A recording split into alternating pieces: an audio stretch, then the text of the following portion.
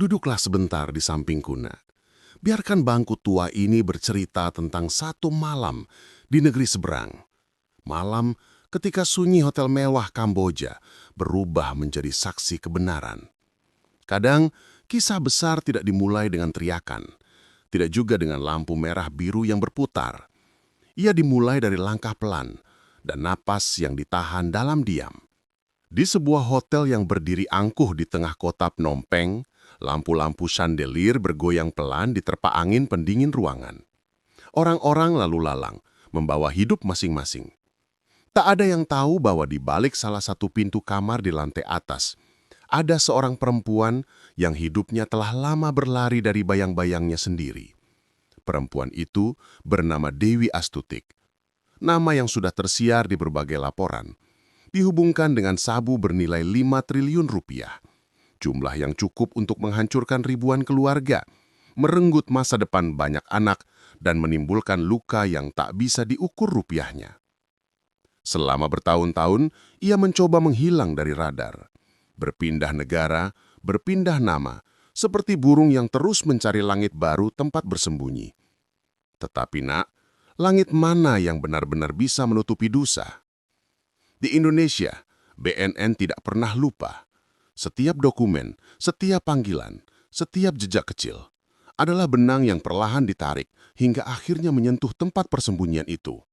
Dan malam itu, di hotel mewah Kamboja, langkah-langkah itu datang, bukan dengan gaduh, melainkan dengan keheningan yang lebih menegangkan dari suara apapun. Tim BNN berjalan menyusuri lorong karpet tebal. Setiap langkah tenggelam dalam suara pendingin ruangan, tetapi getaran tekad mereka terasa jelas. Lorong itu panjang, tetapi tujuan mereka jelas. Sebuah kamar yang pintunya tampak sama, tapi menyimpan akhir dari pelarian panjang. Ketika mereka berhenti di depan pintu itu, waktu seolah menahan napas. Ada detik-detik yang terasa lebih lambat dari biasanya, lebih berat, lebih tajam. Sudah siap? Bisikan itu lebih terdengar seperti pertanyaan pada diri sendiri. Beberapa ketukan pelan. Tidak ada jawaban. Ketukan lagi, sedikit lebih keras. Lalu suara pintu terbuka. Perlahan, hampir seperti enggan untuk mengungkapkan apa yang ada di baliknya. Dan di sanalah ia. Tidak sedang berlari, tidak sedang bersembunyi di balik tirai, tetapi berdiri, dengan tatapan yang mungkin sudah lelah berkejaran dengan waktu. Kadang, Nak, pelarian terpanjang bukanlah tentang sejauh apa kaki melangkah, melainkan tentang sejauh apa hati bisa membohongi dirinya sendiri. BNN masuk dengan tenang. Tidak ada bentakan, tidak ada drama berlebih.